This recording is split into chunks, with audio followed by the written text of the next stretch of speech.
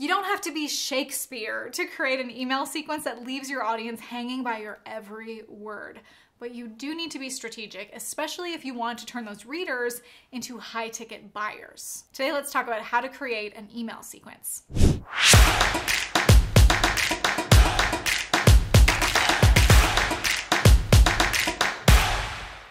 Before you put pen to paper or keyboard to Google Doc, in our case, there are 3 key questions that you need to answer for yourself before creating your email sequence. We'll get into those in just a minute. There's also one myth that I hear from a lot of email marketing gurus that I want to officially debunk in today's video, so stay tuned for that. And then I want to tell you the 3 things that every single email sequence should include. Let's get into it. Your email sequence is a series of emails that are sent in a given order or a time frame that you've typically predetermined. They're not broadcast emails or weekly emails sent to your entire list. These are emails that are a follow-up sequence to a certain action that they've taken. So for example, an email sequence would be great for if someone purchased a product or service of yours and then you give them a follow-up sequence to continue nurturing them so that they take action. Or if someone maybe abandoned the cart, if they went to go buy something from you and they didn't actually check out, an email sequence can bring them back to, hey, you missed checking out, go put your credit card in, buy our things. So you want to make sure that you always have an email sequence that has a set intention for the action you want them to take, whether that's continuing to generate, nurture, or convert that lead.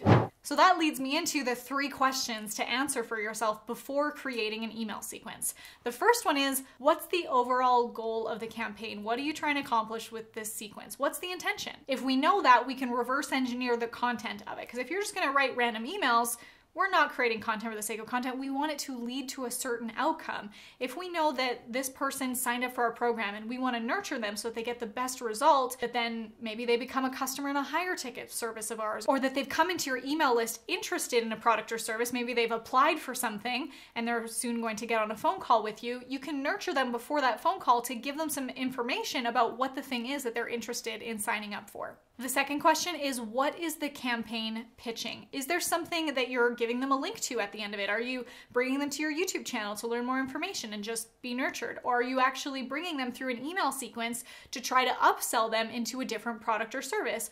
Or are you just nurturing them to help them to get a result?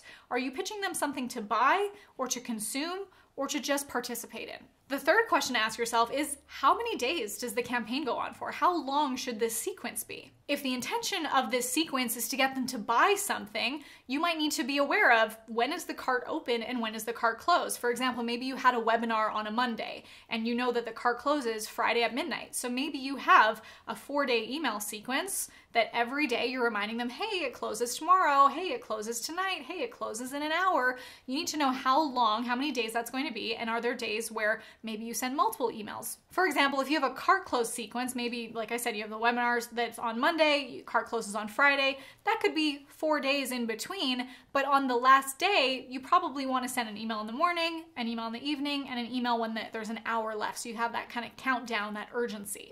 Now I'm curious, after hearing this, do you remember the last time you were so compelled by an email sequence from start to finish, when the marketer had you hanging by every word? Let me know whose emails inspire you in the comments below. So now that we've talked about the biggest things that you should be asking yourself before creating an email sequence, I need to debunk the biggest myth about email sequences. I'm so sorry on behalf of any marketers that have led you to believe this. Some people think that there's a magic number for the amount of emails that should be in a campaign, but it totally depends on the niche or the product, the program, the audience, and more. The best course of action is to test and see what your audience is responding to by seeing what they're opening and clicking. The great thing about so many email marketing providers that we have now is you can actually see their actions. You can see how many customers open the emails, how many customers click the emails. And just because you might have a preset email sequence saying I'm going to send emails for 4 days and on the last day 3 emails to the countdown, you can also add some things in there to go, hey, I'm going to send an email to the people who opened but didn't click.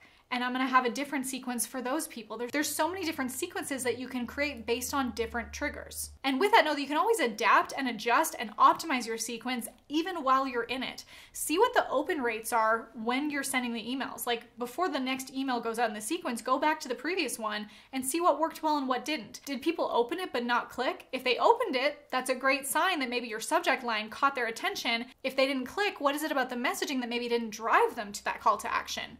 If they're not opening it, that tells you you need to have a more enticing subject line that gets them to open the email. You're competing with lots of other emails in their inbox. They've got emails from big box stores. They've got emails from their favorite subscription list. They've got emails from their mom. You are competing, so your subject line needs to really catch their attention.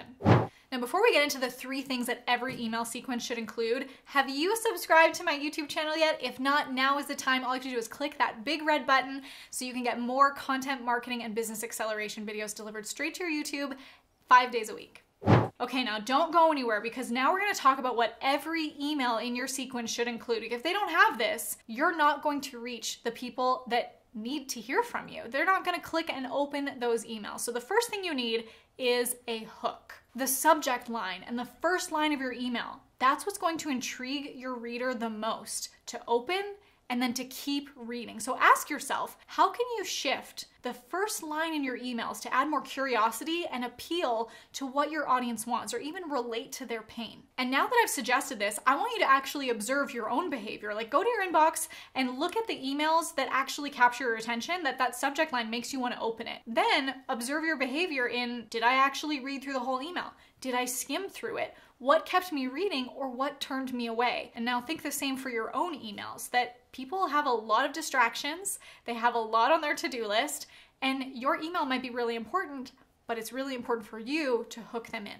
The second thing you need in your email sequence is what I like to call the ELSA framework. ELSA is a framework that I've created, and it's all about story selling. Now, I know I say ELSA and you probably think like the Snow Queen, the Disney Let It Go. For these purposes, do not let it go. You need story selling in every single one of your emails, and all of your content for that matter. Even if your email is quite short, it should include an epiphany, lesson, story, and application.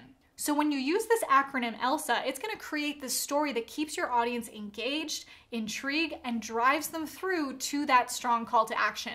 And it can be really helpful for you to outline each email in your sequence before you actually write them. That way you know the point of each story and the purpose each email serves before you get to writing. Now, the third thing, this is so important, it's going to keep your audience wanting to keep reading and almost like anticipating your emails, that they can't wait for them to arrive in their inbox, is you want to end with an open loop, like a cliffhanger, something that's like, I need to know what happened next. What's next? Think of like when you watch TV shows or soap operas, or that there's that hook that keeps you wanting to watch the next episode. Think of Netflix. Are you still watching? Yeah, I'm still watching. I need to know what happened on Stranger Things. Is 11 still there? Like, what's happening? Think of how you can create a cliffhanger in your content. You can do things like where you have this big story that opens to this big epiphany moment. You can say, I'll tell you what happened in the next email. In the meantime, click here to check this thing out. It keeps them on the edge of their seat, and now they want to stay tuned for that next email. It's funny, sometimes you might even have people responding to the email saying, I need to know what happened, which is great, because if email providers see that people are responding to your emails, that's also going to help your status in the email marketing universe gods. I don't know how it works, but when the systems see that people are engaging and responding to your emails, that's going to help your deliverability. Your email sequences are so important because the fruit is in the follow-up. If you don't have the right email sequences in place, you could be leaving so much money on the table. If you're looking for more strategies to explode your monthly revenue and effortlessly ascend even brand new audience members to your high ticket offers, I want you to click the link below in the description. I've created for you a free infinite cash flow blueprint. It's a free video series where I'm going to walk you through every day of how to create your infinite cash flow systems to ascend your audiences from hello to high ticket.